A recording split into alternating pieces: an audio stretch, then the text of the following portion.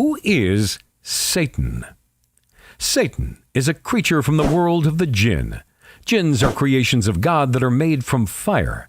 They are separate and different from both angels and humankind, but like humankind, they possess the power of reason and can choose between good and evil.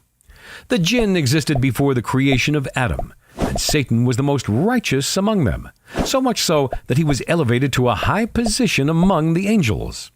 فسجد الملائكة كلهم أجمعون إلا إبليس أبى أن يكون مع الساجدين قال يا إبليس ما لك ألا تكون مع الساجدين قال لم أكن لأسجد لبشر خلقته من صلصال من حمأ مسنون قال فاخرج منها فإنك رجيم وإن عليك اللعنة إلى يوم الدين.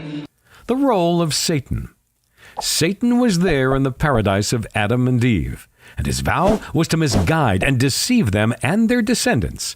Satan said, قال فبما أغويتني لأقعدن لهم صراطك المستقيم ثم لآتينهم من بين أيديهم ومن خلفهم وعن أيمانهم وعن شمائلهم.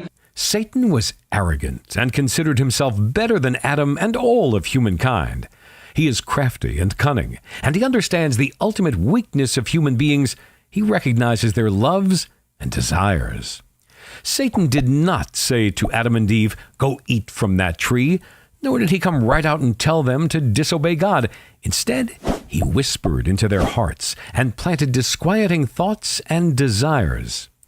Satan told Adam and Eve, وقال ما نهاكما ربكما عن هذه الشجرة إلا أن تكونا ملكين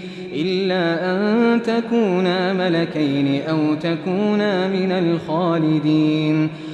Their minds became filled with thoughts of the tree, and one day they decided to eat from it. Adam and Eve behaved as all human beings do.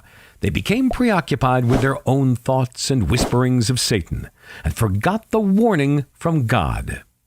Islam in no way indicates that Eve was the weaker of the two, or that she tempted Adam to disobey God. Eating the fruit of the tree was a mistake committed by both of them, and they bear equal responsibility. This was not the original sin spoken about in Christian traditions, and descendants of Adam are not being punished for the sins of their original ancestors.